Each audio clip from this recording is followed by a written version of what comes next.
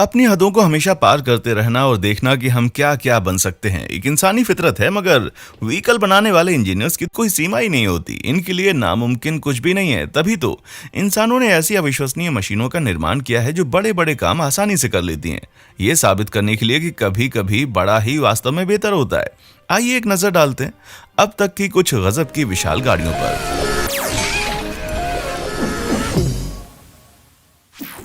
NASA crawler transporters. धरती के rocket को अंतरिक्ष तक पहुंचाना कोई आसान काम नहीं है, लेकिन क्या आपने कभी सोचा है कि ये रॉकेट अपने लॉन्च साइट तक पहुंचता कैसे? नासा के हिसाब से धीमा लेकिन हौसले वाला ही अंतरिक्ष की रेस को जीत सकता है। इसके लिए उन्होंने क्रॉलर ट्रांसपोर्टर नाम की ये 130 फीट चौड़ी दो विशाल मशीनें बनाई हैं।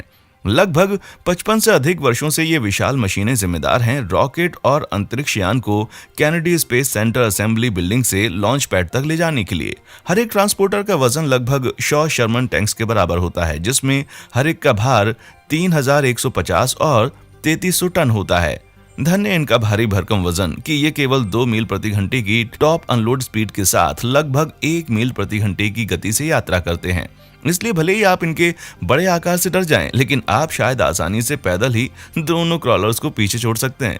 लेकिन ये जो इनकी स्पीड में कमी दिखती है, उसकी भरपाई ये अपनी लोडिंग कैपेसिटी से कर देते हैं। हर एक क्रॉलर 8000 टन वजन उठा सकता है, जो कि 25 फुली लोडेड बोइंग 777 विमान से ज्यादा है। इन्होंने अपना पहला रॉकेट सन 1966 में मूव किया था और आखिरी बार इन्हें 2011 में अंतरिक्ष लॉन्च सिस्टम के मोबाइल लॉन्चर को मूव करने में यूज किया गया था। लेकिन शायद आप उन्हें 2024 में फिर से देखेंगे, जब नासा की आर्टेमिस स्पेस प्रोजेक्ट शुरू होगी। ये इंसान का एक स्लो कदम होगा, लेकिन मानव जाति के लिए एक विशाल क्रॉल होगा। लेकिन अगर आपको रोजाना मजेदार फैक्ट्स चाहिए ना, तो फटाफट से लाइक और सब्सक्राइब बटन को दबा दें। मैं यहाँ हर दिन नए नए कंटेंट डालता हूँ। ग्रेटेस्ट फैक्ट से लेकर सबसे माइंड ब्लोइंग कहानियों को कवर करता हूं, ताकि आप कभी पीछे ना रहें। नासा क्रॉलर्स के विपरीत आइए एक नजर डालते हैं ऐसे और बड़े वाहनों पर जिसे देखकर आपका मुंह खुला रह जाएगा। लिबहर T284 mining truck. Mining operations दुनिया के कुछ सबसे बड़े पैमाने वाले काम होते हैं और सबसे बड़ी परियोजनाओं के लिए आपको निश्चित रूप से सबसे बड़े ट्रकों की आवश्यकता होती है। इस राक्षस जैसी गाड़ी का नाम है लिबहर T248 माइनिंग ट्रक। इसकी कुल चौड़ाई लगभग 32 फीट और ऊंचाई 27 फीट से भी ज्यादा है, जो इस ट्रक को 2 मंजिला इमारत जितना लंबा बनाती है। होल ट्रक के नाम से मशहूर ऐसे डिजाइन के व्हीकल का उपयोग भारी मात्रा में मिट्टी या अन्य सामग्री को एक जगह से दूसरी जगह ले जाने के लिए किया जाता है, सब वो भी एक बार में। लेकिन इस विशेष ट्रक के बारे में असल में खास बात यह है कि अपने बहुत ही बड़े और भारी भरकम बनावट के बावजूद इसका एम्प्टी व्हीकल वेट सबसे कम है।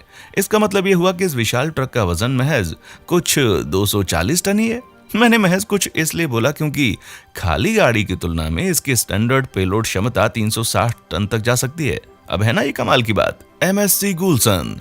इस अगली मशीन पर जाने से पहले मैं आपसे अपने एक्साइटमेंट पर काबू करने के लिए कहूंगा, अगर आपको मदद की जरूरत है तो बस MSC गुलशन से पूछिए।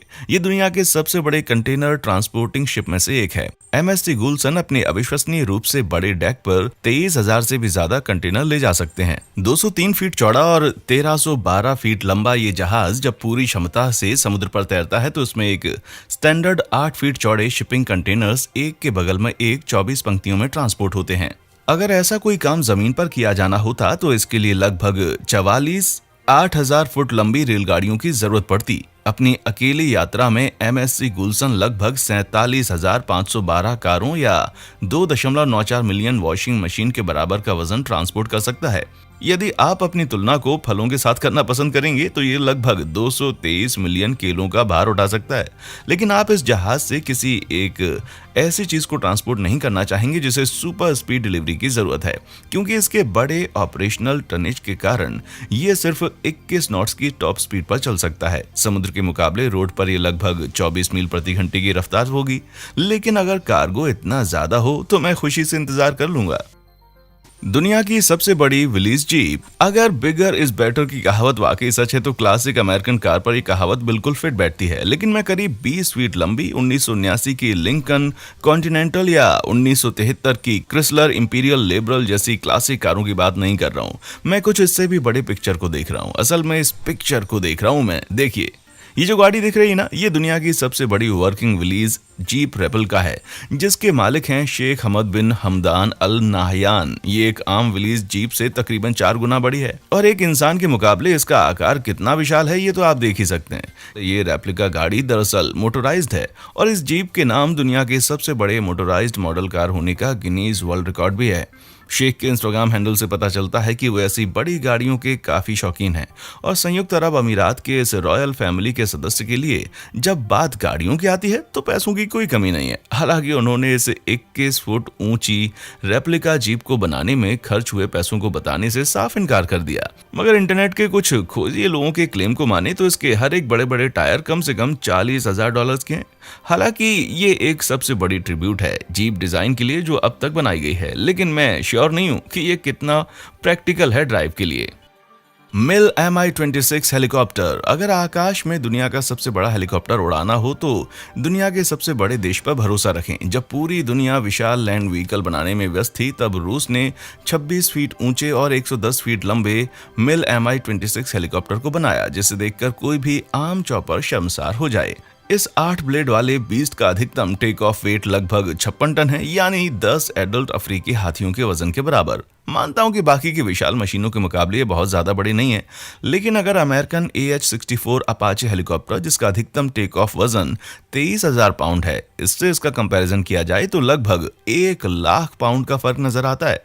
500 मील के फ्लाइट रेंज वाले इस मिल Mi-26 हेलीकॉप्टर को अमूमन बड़े पेलोड के मुश्किल जगहों पर पहुंचाने के लिए इस्तेमाल किया जाता है। वैसे इसका रोज का काम प्लेन्स या छोटे हेलीकॉप्टर्स को ट्रांसपोर्ट करना है, जैसा कि इस चिनूक को सन 2002 में किया गया था, लेकिन इसका इस्तेमाल कुछ असामान्य कामों के लिए भी किया जाता है। कितना असामान्य?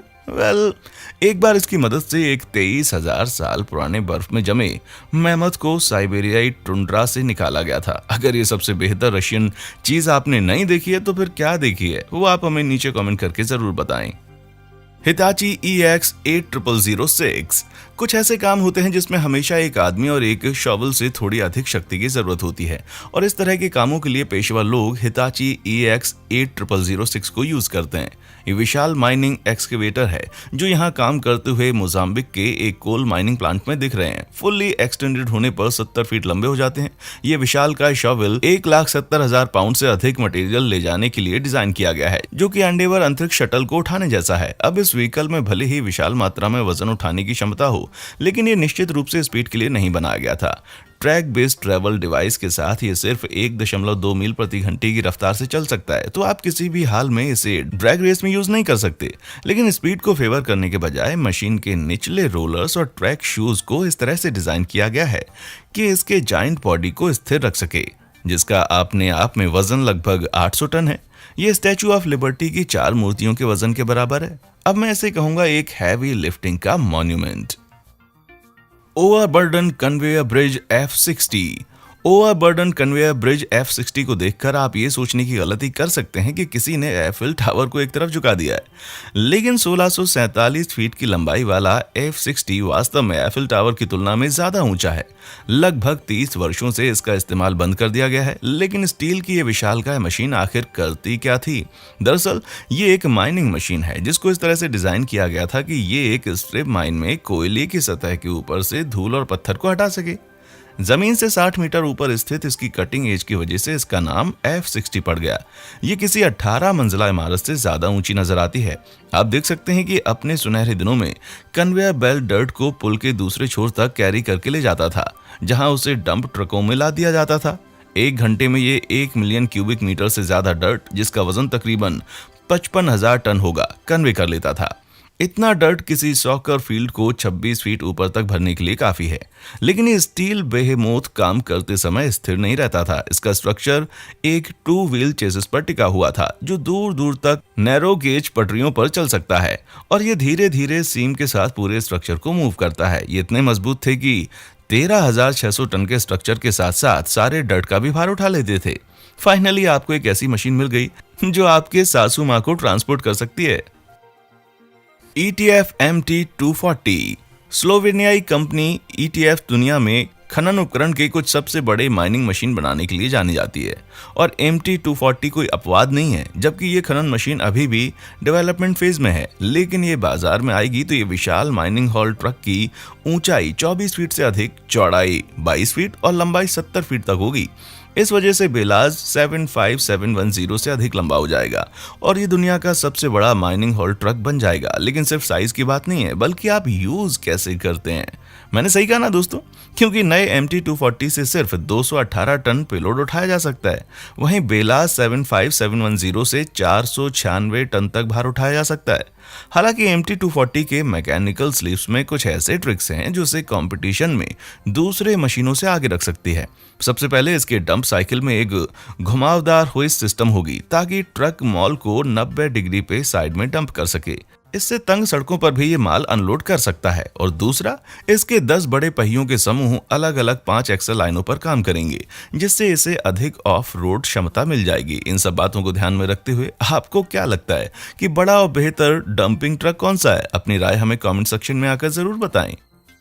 TI क्लास सुपर टैंकर दशकों से दुनिया के सबसे बड़े जहाजों में से एक, ज्यादातर विशाल आकार के तेल टैंकर रहे हैं, लेकिन उनमें से सबसे बड़ा जो अभी भी काम कर रहा है वो है TI क्लास सुपर टैंक। इस क्लास के बड़े टैंकरों में ये शामिल है 4 मेगा मशीन जैसे कि TI Africa, TI Asia, TI Oceania और TI यूरोप। साल 2002 और 2003 के आसपास निर्मित इसमें से हर एक ग्रॉस टनेज 2,34,006 टन की है, जो इन्हें लगभग 111 मिलियन गैलन कच्चे तेल ढोने की क्षमता देता है। इसको और गंदा बनाने के लिए, जैसा कि ये प्रतीत हो रहा है, इसको देखना कुछ ऐसा बराबर होगा जैसे कि लगभग 2.5 मिनट तक नियाग्रा फॉल पर तेल को बहते हुए देखना। डेक के नीचे उतरा सारा तेल हिलते रहने के कारण ये विशाल टैंकर बिल्कुल नहीं हड़बड़ाते अपने डेस्टिनेशन तक पहुंचने के लिए। ऐसे में उनका टॉप स्पीड जब ये पूरी तरह से भरा होता है सिर्फ 16.5 समुद्री मील हो जाता है, जो कि जमीन पर चलने वाले व्हीकल के 19 मील प्रति घंटे की रफ्तार के बराबर चलने जैसा है। इसका मतलब ये हुआ कि इस प्रकार की शिपिंग रूट्स, जो कि एक कार में किसी को आसानी से सिर्फ 3 घंटे लगेंगे, वो इन विशाल जहाजों को 28 घंटे के आसपास लगते हैं। बहुत धीमी और मंथर गति से ये जहाज चलता है। होएग टारगेट। यहाँ एक सवाल है, कैसे दुनिया भर से नई कारें समुद्र के रास्ते देश विदेश तक ले जाई जाती हैं? हेलो बोलिए इस विशाल जनाब को, जिनका नाम है होएग टारगेट। इसकी विशिष्ट पहचान का पता इसकी ब्लंटेड बल्क हेड डिजाइन से चलता है, जो इसे एक जहाज की बजाय एक टेस्ला साइबर ट्रक की तरह प्रस्तुत करता है। लेकिन अपनी बनावट के बावजूद ये दुनिया में सबसे बड़ी शुद्ध कार और ट्रक वाहक है। ये जहाज 650 फीट से ज्यादा लंबे और 120 फीट चौड़े हैं। 14 डेक वाले पोत होते हैं ये। इन पोतों का अधिकतम डेक स्पेस लगभग 7,70,000 वर्ग फीट होता है। इसका मतलब ये हुआ कि आप हर एक लोडेबल डेक में 2 स्टैंडर्ड फुटबॉल पिचों को एक के बाद एक लगाकर रख सकते हैं। लेकिन सवाल ये उठता है कि कितना ये फ्लोटिंग कार्गो कैरी कर सकता है। वैसे ये दावा करता है कि ये एक यात्रा में 8,500 कारों को ट्रांसपोर्ट कर सकता है। इसलिए अगर इन कारों में से प्रत्येक की औसत लंबाई लगभग 14.7 फीट हो, तो इस विशाल महासागर पोत में एक सीध में लोड करने पर लगभग 24 मील लंबी लाइन बन जाएगी। That's one hell of a conga line. BHP Billiton. ये ज्यादातर लोगों को एक रेगुलर मालगाड़ी की तरह लग सकता है, लेकिन ये वास्तव में लंबी लेजेंडरी BHP बिलिटन आयरन और ट्रेनों में से एक है, जो ऑस्ट्रेलियाई रेगिस्तान से गुजरती है। बस उनकी लंबाई को देखिए, वे बड़े लंबे मेटल स्नेक्स की तरह दिखाई देते हैं, जो कि रेगिस्तान के कड़े तपते रेतीले वातावरण में अपना रास्ता बनाते हैं। और ये भी उनका फाइनल फॉर्म नहीं है। साल 2001 में BHP नई ऊंचाइयों तक पहुंचा था, या ऐसा कहा जाए नई लंबाई, जब इसने दुनिया का सबसे लंबा और भारी मालगाड़ी होने का वर्ल्ड रिकॉर्ड तोड़ दिया। पश्चिमी ऑस्ट्रेलिया में यांडी माइन और पोर्ट हेडलैंड के बीच चलने वाली ये 682 कैरेज की ट्रेन की पूरी लंबाई पहुंचती है 4.5 मील की दूरी तक। इसको 8 डीजल लोकोमोटिव्स की जरूरत पड़ती है। 90,000 वेट टन आयरन और पहुंचाने के लिए कुल मिलाकर पूरे काफले का ग्रॉस टन भार लगभग 1,10,000 टन है, जो कि 488 स्टैच्यू ऑफ लिबर्टी की मूर्तियों के बराबर का भार है। मुझे लगता है कि आप कह सकते हैं कि एक ऐसा विश्व रिकॉर्ड है जिसे बनाने के लिए वे काफी समय से ट्रेनिंग ले रहे थे। Saturn V rocket. मानव अंतरिक्ष उड़ान के बाद अब तक के इतिहास में कोई भी रॉकेट नासा के विशाल सैटर्न के बराबर का मैजेस्टिक नहीं है। इस रॉकेट की लंबाई 363 फीट तक पहुंचती है, जो कि एक आम अमेरिकी फुटबॉल मैदान से लंबा है। भले ही इसका इस्तेमाल साल 1960 और 1970 में अमेरिकन एस्ट्रोनॉट्स को चंद्रमा पर लॉन्च करने के लिए कहा गया हो, लेकिन आज भी ये स्पेस फ्लाइट का परदादा अब तक का सबसे शक्तिशाली रॉकेट है। ये चंद्रमा का 50 टन वजन या पृथ्वी के ऑर्बिट में 130 टन पेलोड लॉन्च कर सकता है। यहाँ ये मेंशन करना जरूरी है कि ये लिफ्ट ऑफ के वक्त ईंधन के साथ 3100 टन वजनी हो जाता है। ये बहुत ज्यादा वजन होता है वातावरण में गुजारने के लिए, लेकिन ये अच्छी बात है कि ये लॉन्च पर 7.6 मिलियन पाउंड थ्रस्ट पैदा करता है। नासा के अनुसार इतने ईंधन में आप एक कार जिसकी एवरेज 30 मील पर गैलन हो, उससे पूरी दुनिया के 800 चक्कर लगा सकते हैं। वाह, इसे मैं कहता हूँ एक मजेदार सड़क यात्रा। द अमेरिकन ड्रीम नहीं, ये एक रेंडरिंग इशू नहीं है। सब लोग हेलो कहिए इस स्ट्रेच्ड लिमोजिन के निर्विवादित डैडी को। इसका हिलेरियस नाम रखा गया अमेरिकन ड्रीम, जिसकी लंबाई अविश्वसनीय तौर पर 1000 फीट तक पहुंच जाती है। और आप देख सकते हैं कि ऐसा क्यों है। इसको साल 1980 में बनाया गया था, जब एक वाइल्ड कार कस्टमाइजर जे ओहरबर्ग ने दुनिया की सबसे लंबी कार बनाने के सपने को सच करने का ठाना। ये शुरू में 1970 के दशक के कैडिलैक एल्डोराडो पर बेस्ड थी, लेकिन व्यापक संशोधनों के बाद ये कार बमुश्किल पहचानने योग्य हुई। सिर्फ आगे की ग्रिल को छोड़ दिया जाए तो जब ये बनकर तैयार हुआ तो इस लीमो में 26 पहिए, एक हाइस बीच में और 2 ड्राइवर के केबिन थे। लेकिन ये रियल अमेरिकन ड्रीम नहीं बन पाता अगर इसमें जकूजी लगाना होता। इस जकूजी को इसके रेयर भाग में इंस्टॉल किया गया था, जहां एक हेलीपैड भी है। इन सभी दिखावटी ट्रिमिंग्स के साथ इस कार का मूल्य सन 1980 के दशक में लगभग $2 मिलियन रखा गया था। लेकिन दुर्भाग्य से ये अमेरिकन ड्रीम रियलिटी से कोसों दूर था। इस कार को उपयोग में लाना लगभग असंभव है जब तक कि ये सीधी रेखा में ना जा रही हो। साथ ही 1 गैलन तेल में सिर्फ 1 मील चलने के कारण ये लिमो ज्यादा चल नहीं पाई। सन 2013 तक इसे एक कार लॉट में सड़ने के लिए छोड़ दिया गया। ऐसा लगता है कि अमेरिकन ड्रीम असल में नाइटमेयर में तब्दील हो गया। रूसी जूबर। कहा जाता है कि अमेरिका में सब कुछ बड़ा होता है, लेकिन जिसने भी ऐसा कहा होगा उसने असल में इस विशाल रूसी होवरक्राफ्ट को नहीं देखा होगा। रशियन जूबर एक 187 फीट लंबा 350 टन वजनी लैंडिंग पोत है, जिसके नाम दुनिया के सबसे बड़े होवरक्राफ्ट होने का गिनीज वर्ल्ड रिकॉर्ड दर्ज है। इस एयर कुशन बेहेमोथ का यूज रशियन मिलिट्री ट्रूप्स और इक्विपमेंट को जमीन और पानी के पार ले जाने के लिए करती है। ये अनप्रिपेयर्ड कोस्ट लाइन के पार भी जा सकता है। हालांकि ये उन्हें विशाल और घातक एम्फीबियस असोल्ट व्हीकल बनाता है, लेकिन सवाल ये है कि ये इन्फ्लेटेबल लेवियथान बिना डूबे कितना वजन उठा सकते हैं। टेस्ट में पाया गया कि इसका वजन 555 टन का अधिकतम डिस्प्लेसमेंट वेट, 3 लड़ाकू टैंक, 10 आर्मर्ड व्हीकल या 140 हथियारबंद सैनिकों को एक जगह से दूसरी जगह ट्रांसपोर्ट करने में सक्षम है। सुनने में शायद ये बहुत ज्यादा ना लगे, लेकिन तुलना करने पर इसके बराबर का अमेरिका का लैंडिंग क्राफ्ट एयर कुशन का अधिकतम डिस्प्लेसमेंट वेट 195 टन है, जो कि रशियन जूबर से आधे से भी कम है। इसका मतलब यह है कि ये केवल 10 मैन बैटल टैंक या 4 लाइट आर्म्ड वाहन को ही उठा सकता है। कोई जाके यूनाइटेड स्टेट के प्रेसिडेंट को समझाए कि वो रूस के बारे में ट्वीट ना करें। मैं उन भयानक होवर मेमथ के नेतृत्व में आक्रमण की कल्पना भी नहीं कर सकता है। एंटोनोव 225 मिरिया। क्या ये एक पक्षी है या एक विमान है? जी हाँ, ये एक विमान है, लेकिन ये बाकी विमान की तरह नहीं है जिसे आपने पहले देखा हो। एंटोनोव AN 225 मिरिया दुनिया की सबसे भारी और सबसे बड़ी सिंगल फुसेलेज एयरप्लेन है। इस स्ट्रैटेजिक एयरलिफ्ट कार्गो एयरक्राफ्ट को 1980 में यूक्रेन में डिजाइन किया गया था, जब ये देश अभी भी सोवियत रूस के कंट्रोल में था। इसका इनिशियल पर्पस नासा क्रॉलर्स के समान था। इसका यूज सोवियत अंतरिक्ष यान बुरान को कजाकिस्तान के लॉन्चिंग पैड तक ले जाने के लिए किया गया था। लैंडिंग और टेक ऑफ के दौरान इस भारी AN 225 पेलोड को सपोर्ट देने के लिए इसके लैंडिंग गियर के डिजाइन में 32 पहिए लगाए गए थे, जो कि इसके विशाल बॉडी को एक्स्ट्रा मैनेवरेबिलिटी और सपोर्ट देता है। इस विशाल एयरप्लेन का विंग स्पैन 288 फीट लंबा है, जो कि इतने लंबे हैं कि उसमें एक ओर से दूसरे छोर तक लगाने पर 4 18 व्हीलर गाड़ी का सेटअप आ जाए। और वे सिर्फ शो के लिए नहीं है। प्रत्येक विंग में 3 जाइंट टर्बोफैन इंजन लगे हैं, जबकि ज्यादातर कमर्शियल एयरप्लेन के विंग में केवल एक इंजन होता है।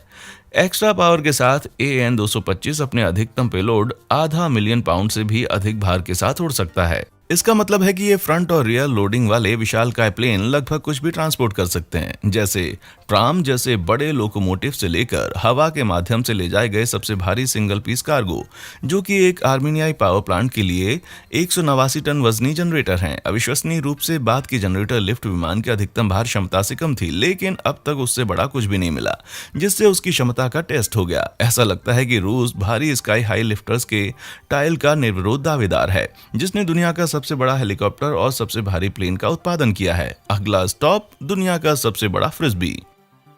एयरलैंडर 10। एयरलैंडर 10 का एक वास्तविक स्टैंड आउट फीचर है ना, वो फीचर इसका पिछला भाग नहीं है, जो कि एक विशाल बबल बट जैसा दिखता हो। नोज से टिप तक इस ब्लीम की तरह बड़े विमान की लंबाई 302 फीट है। साल 2020 में प्लान की घोषणा की गई थी।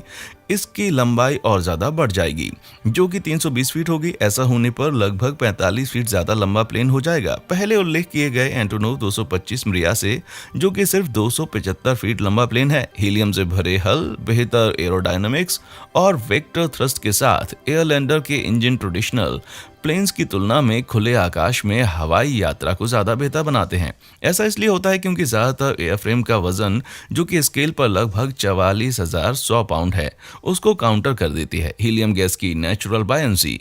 इसलिए अगर मान लें कि ये प्लेन अपना 10 टन का अधिकतम पेलोड लेके जा रहा था, तो ये लगभग 75% कम गैस एमिशन करेगा कॉम्पिटिटर विमानों की तुलना में इस तरह के सिमिलर रोल में। लेकिन ये ग्रीन टेक इनिशिएटिव हमेशा एक आसान राइड नहीं होता है, वो भी मुख्यतः 2016 की इस तरह की दुखद टेस्ट उड़ानों से।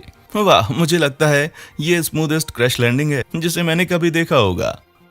Komatsu L 2350। इंडस्ट्री के टाइटन्स, ये फ्रेज लिटरल सेंस में रेयरली यूज होता है, लेकिन जब आप एल 2350 पर एक नजर डालते हैं तो ये स्पष्ट हो जाता है कि ये आप एक रियल जाइंट के प्रेजेंस में हैं। इस फ्रंट एंड व्हील लोडर का ऑपरेटिंग पेलोड 1,60,000 पाउंड है। इसका मतलब ये हुआ कि ये बोइंग 727 विमान के बराबर वजन का भार उठा सकता है। इस प्रकार के अर्थ मूवर्स 4 पहिए वाले ड्राइव होते हैं, जिसको डिजाइन किया गया है एक कंस्ट्रक्शन साइट के इर्द गिर्द स्ट्रेंथ, ड्यूरेबिलिटी और मनूवरेबिलिटी दिखाने के लिए। और जैसा कि निकल के आ रहा है, ये एक ग्रेट नॉवेल्टी है फोटो अपॉर्चुनिटी के लिए। इंस्टाग्राम इन्फ्लुएंसर को ये बात पता है। इसका बकेट जब पूरी तरह से ऊपर उठा रहता है, तब ये एल 2350 43 फुट 11 इंच की ग्रैंड ऊंचाई तक पहुंच जाता है। इसका मतलब है अगर आपको अपने 4 स्टेयर घर की छत पर अपने निजी जेट को लिफ्ट करने की जरूरत है तो ये कर सकता है।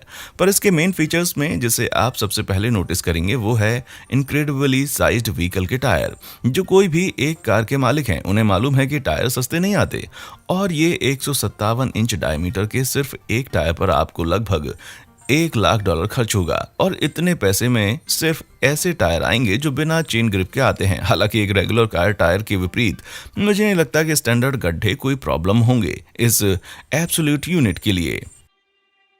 4100 एसी माइनिंग शॉवेल। जमीन में खुदाई करने के कई तरीके हैं और बाजार में बड़े पैमाने पर मैसिव एक्सकेवेटर की वैरायटी के साथ कई अलग अलग टेक्नोलॉजीज मौजूद हैं जो खुदाई को एक इनक्रेडिबल हाइट्स तक ले जाती हैं, या टेक्निकली कहें तो गहराई तक, जैसा कि P&H माइनिंग के 4100 एसी माइनिंग शॉवेल हैं। ये मशीन अन्य पारंपरिक हाइड्रोलिक सिस्टम के विपरीत एक स्टील रोप की सीरीज और विंचेस का यूज करती हैं, जैसे इलेक्ट्रिक इंजन कंट्रोल करती है और इसे जमीन खोदने की शक्ति देती है।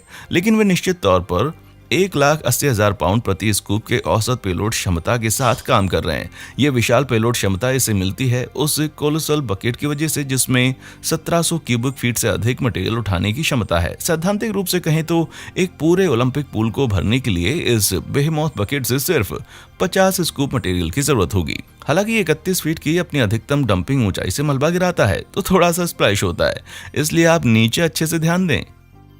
Bucket wheel excavator. यदि आपको ऐसा लगता है कि अभी तक आपने जो भी व्हीकल देखे वो बड़े थे, तो रुकिए, पहले इस पर नजर डालिए। दुनिया में लैंड व्हीकल की सबसे बड़ी और भारी सीरीज के रूप में सर्टिफाइड ये ह्यूगमन्स व्हीकल बकेट व्हील एक्सकेवेटर हैं। बावजूद इसके कि इसमें खतरनाक चेनसॉ जैसे दिखने वाले व्हील हैं, ये मशीनें सिर्फ और सिर्फ धरती को काटती हैं। इनका इस्तेमाल अभी तक हथियारों के रूप में क्लॉलू के खिलाफ नहीं हुआ है। इतने बड़े साइज के बकेट व्हील एक्सकेवेटर आमतौर पर लगातार होने वाले माइनिंग सिस्टम में काम आते हैं। जैसे ही मशीन के आगे के व्हील टर्न करते हैं, इससे जुड़े बड़े बकेट धरती से मिट्टी स्कूप करके कन्वेयर बेल्ट पर छोड़ते चले जाते हैं। आप यहाँ थाइसिन क्रूप बैगर 288 देख सकते हैं, जिसमें 18 बकेट वाले व्हील लगे हैं, जिसमें हर एक बकेट की मिट्टी उठाने की क्षमता 233 क्यूबिक फीट होती है। इतना काफी है 44 बाथटब को मिट्टी से भरने के लिए। इसके हर एक स्कूप से इसके व्हील लगातार मोशन में रहते हैं, इसलिए बैगर 288 की हर दिन की लगभग 8.5 मिलियन क्यूबिक फीट या लगभग 3,80,000 टन जमीन की मिट्टी शिफ्ट करने की कैपेसिटी है। बैगर 288 का बड़ा भाई जो कि बैगर 293 है, ट्रांसपोर्ट करता है लगभग उतनी ही मिट्टी, लेकिन ट्रंक में कुछ एक्स्ट्रा जंक के साथ। इस 315 फीट ऊंचे और 738 फीट लंबे एक्सकेवेटर के नाम दुनिया के सबसे बड़े और भारी लैंड व्हीकल होने का गिनीज वर्ल्ड रिकॉर्ड टाइटल भी है। इसको चलाने के लिए 16.5 मेगावाट बिजली की जरूरत होती है, जो कि काफी है 8 मिलियन स्मार्टफोन को चार्ज पर लगाने के लिए। भारी भरकम 14,196 टन वजन होने के कारण बैगर 293 सिर्फ 0.3 मील प्रति घंटे की टॉप स्पीड से काम कर सकता है, लेकिन फिर भी इसकी खूबसूरती से डिजाइन किए गए वेट डिस्ट्रीब्यूशन के कारण ये मशीनें एक इंसानी फुटप्रिंट से अधिक गहरी छाप नहीं छोड़ती। वे धीमी और स्थिर गति से भले ही चलती हों, लेकिन अगर आपको पहाड़ काटना है तो ये मेटल के दानव फिर भी बेस्ट तरीका है उसे करने के लिए। इन विशाल वाहनों में से आपको सबसे अच्छा कौन सा लगा? अपनी पसंद मुझे नीचे कमेंट सेक्शन में आकर जरूर बताएं। देखने के लिए शुक्रिया।